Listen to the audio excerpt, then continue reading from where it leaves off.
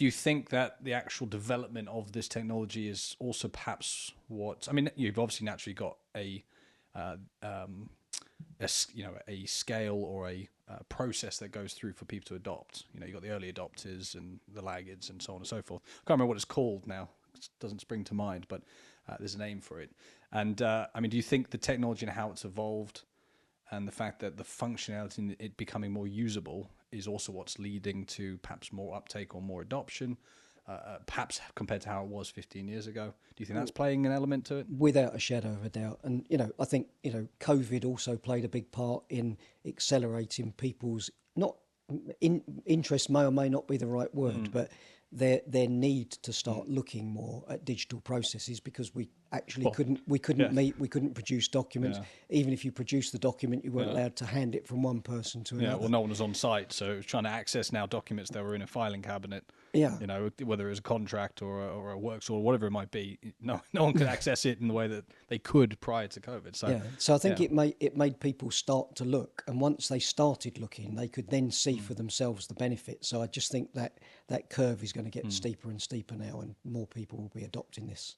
Yeah, I think I'd have to agree with you on that. I mean, at least if not just for the cost efficiency, and as again we were talking about before this recording, the environmental impact. Business obviously looking at things like print. How does that impact essentially their cost? Because it's they're going to be paying to offset that carbon, or they're going to be looking at ways to reduce it. Whether it's a net zero plan that they've got, whether it's an ESG or a CSR set of objectives they're trying to achieve. So I guess it's how can they keep those documents digital? And it's not to say that digital products and servers don't have an environmental impact; they do. But I guess it's how you keep those documents digital, keep it processing or moving through your business in a more efficient way than perhaps it being, as you said, printed, handed to someone else, scanned back in, then sent to someone else by email, and then printed out again, and it going through that looping process rather than it being a more streamlined approach. Well, even if you follow along that comment that you just made about digital still attracting a cost, with retention policies, you can actually make sure that you're only keeping those documents for the necessary period of time before you delete them from your system. So we all know now, it's become more and more obvious that there is an electrical or an electricity consumption based on the file servers that are storing this information. So in order to optimize your own carbon footprint, you want to make sure that you're deleting those documents at the appropriate time in their life cycle. Whereas if you just store them in a Windows folder, well, there is no ability to retrieve any information other than navigate through it and look at it and then make a decision, and that's just never happens.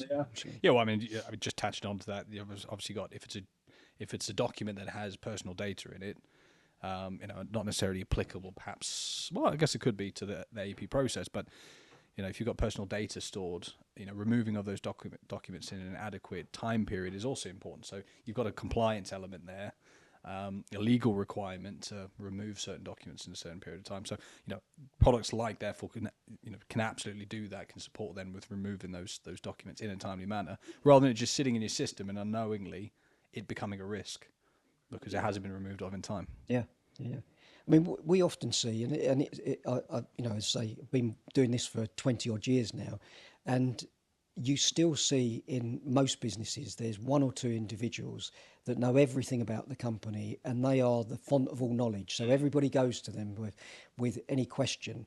Whereas when you have a system that's properly deployed, you take away the reliance on those individuals and you allow other people to self-serve and get information that's important to their job function.